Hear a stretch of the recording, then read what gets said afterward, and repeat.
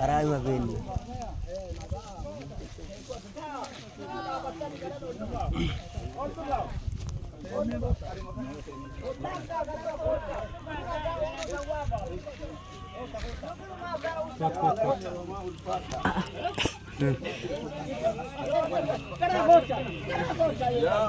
masih wajib ni kan ini.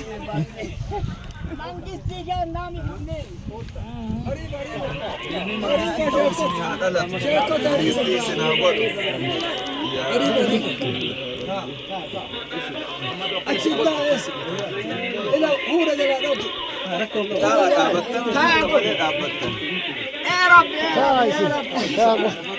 تاكو إن كان أشوف تاكو منو تاكو إسانا رابع سني.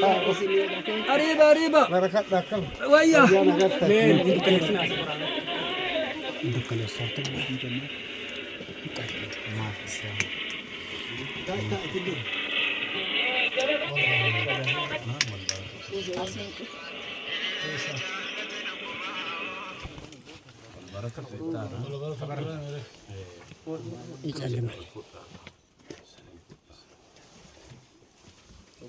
amma dirreen tun dirree seenaa qabdu jecha waan dhageenneef dhaloonni duubaan dhufu kun waan dhalataan dabarse yoo hubate malee quban qaba warra nu dura jiru santu isin dhalataa boodaan dhufe santu nuhi seenaan dirree tanaa maal faa akka ta'e isinirraa beeknee hubachuu barbaanneeti kokkoo isarraa kagallu karaa kana baanee dirree seenaa qabdu tana itti buunee hubachuu nu barbaachisa jennee dhufne nu hubachisiiftanii jechuudha akka kana argine agarre xiqqoo dhiifamallee ani isinillee beeynee barannee eegasii taane dabaye mee mannashaa irra xiqqoo na gochiisa kanuma sama jedhanii caqasaachuu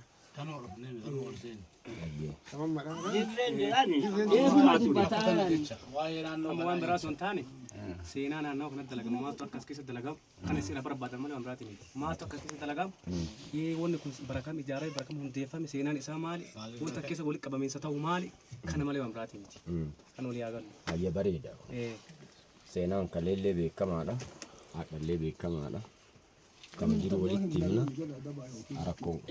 arakkoon qabu maal argitan jedhee agarre deebisettamu maalitta hin deebiftamoo hin deebifnoo maal wal magaalaan deebinna ilkaa jedhantu sana jedheen haasaa itti qaabi ilkaa jedhantu sana ilkaa waabeen asii burqe ilkaa jedhantu sana ilkaa qarashii kana seentu dhufanii arma taa'anii iddoon tuttamuudaa jedhanii isaan dabarsanii abbootii kennan muutee akaakayyuu kenne abura kenne adda ittiin jiranii ta ittiin kadhatanii ta ittiin irra milkaayan. ada bu'urri isii sheekanaa useentu dhufee as taa'e asiin bisaan madda kunoo asitti baasanii salaatanii karaa kanaan bayan. bishaan illee isaantu baase isaaniif rabbi baase isaan hin baase isaaniif rabbi isaaniif rabbi baase isaantu baase Rakkoon qabu isin isanii dubbattanii hayyee tarataraan waa ta'u barakam keessa hundaa'e wanni kun yaadattu seenaa isaa barakam keessa akka ilki kun hundaa'ee akka itti kalanii muuduu jalqaban ardii sana yoo san namni fagoo jira baddaaf gafarsa asitti nyaachuu ofitti ka'ee isaan salaatan arbi nyaachuu ofitti kaanaan darasaa waliin deemti kun jahatamii jaha asin nyaachuu ofitti kaate arbi itti qajeelee afaan bannaan akkana mil'annaa asumaan lafa lixe ilkaa arbaa gubbaa irratti hafe ilkaanaaf ilka jedhan. ilka wanni jedhame ilkaan sani Ilkaan arbaasani ilkaa arbaasan. maqaan kanarraa mogga'e jecha Maqaan achirraa molka'e ilka jedhanii biraa lixan. Kana kun geen.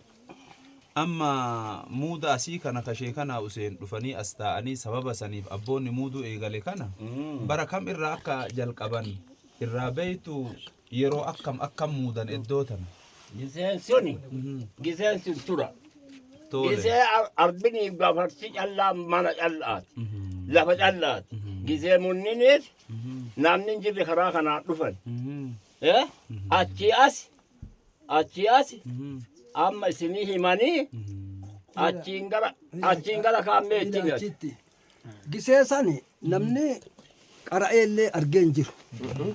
lakkoofsi hin jira abbaa. Qoy. Maal nama dhoggita isin. Gisee san namni illee qara'eeti argee hin jiru. Timirtii illee hin qabu. Giseesa irraa waa qabatanii hin jiran. Giseesani akkuma jedhan bosona lafti. Lafti bosonaa namni lafarraa kattamee gisee dhume jedhan amma lafa tana gorte dhaabateeti walii qoode. Tole. Arsiin walii qooxaa dhufeetti amma nu gosaa maachamanna. Maachamannichi ilkaan arbaa as keessa akka ji'aati ifa. Waan ifuuf achirra dhaabatee walii qoodee baniin kun lafa isaa anin fudhaa jedhe maachamannichi naa kennaa jedhe achi fudhate. Akkuma jedhani ilkaan gisee bosonaa arbii dhufee asi kasalaataaru.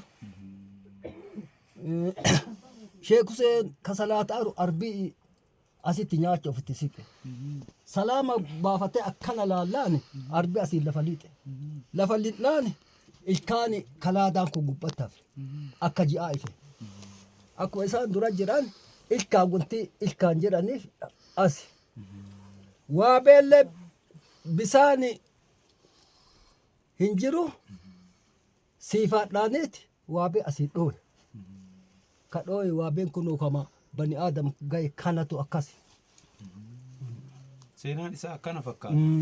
Ji'a kam keessa muudan amma iddoo tana? Ji'a jaha muudan. Ji'a jaha muudan. Amma Waggaa irraa ji'a jaha muudani. Ji'a jaha. Waggaa keessatti alama jecha. ara banii kana gamaa gamada kana kaloon hin jiru. Muuni callaan farda asii ka'eetti silattuu eessa gaha. Karaa akkan deebisan hin jiru. Tole. Amma saniif waan shari'aan wal qabatee wal dhibeen amma qannaseeti haga oggale. Haqooti gala. Maaltu qannase? Maaltu qannase? Amma shari'aan qara giseessa shari'aan kun akkana jabaatee hin jiru. Shari'aa amma indaangesse waan sanii qannase korba dhufa wareega dhufa dabballi asitti hidhatti tadhabde fin kophee fiddee hidhatti. Gaadii kaloowwanii wayyeedha gaadii hidhata. Asi du'aayi obboleessi godhaaf. Ilma yennaa argatte waggaan jibicha fuutee korma fuudhanii oofanii dhufan. Korbeessa gaarii oofanii dhufan. Akkanaan deemaa dhufe muunni kun hojii aja'aan safaraasi. Adaa waggaa keessatti alama muudani. Amma jiini kun kadu asayinaaru kamuunni dhufa. Hajj kun saara amma kan dhufaa. Baaru kun muuda'ee. Gaafadha waan Amma ji'a muudaatti dhiyaate. Amma addeessa ba'u kana keessa bultii 10 fi nama. Amma si warra muuda san eegaa. Nu dargaa miti. Dargaa nu asitti. isaan wannu barsiisaame hujiin isaanii maali as keessatti keessan maali ka isaanii maali haguma maqaa keessanii nu baatu nu ilmaan teessanii abboota irraa seenaa qadhaabataa jirra jedhama akkaataan kun waatu jira Akka jiru. amma lakki waatu jiraani amma wanni isin simanneef islaamummaa ashaatun takkatti sheekota argine keessummallee argine amma akka sanii fi amma maqaa keessanillee yoo jettani gaga oromoon qaraa oromoo takkatti takkattiini oromoon takkatti seerillee tokkochu amma seera san keessaa isini amma isinillee nullee kuno maacha manna jenne lafallee isin himne Akkas tuqin haa bu'an haa ima bu'an mish haa bu'uuf waan ta'ani dhugguuf ta'ar wanni jedhe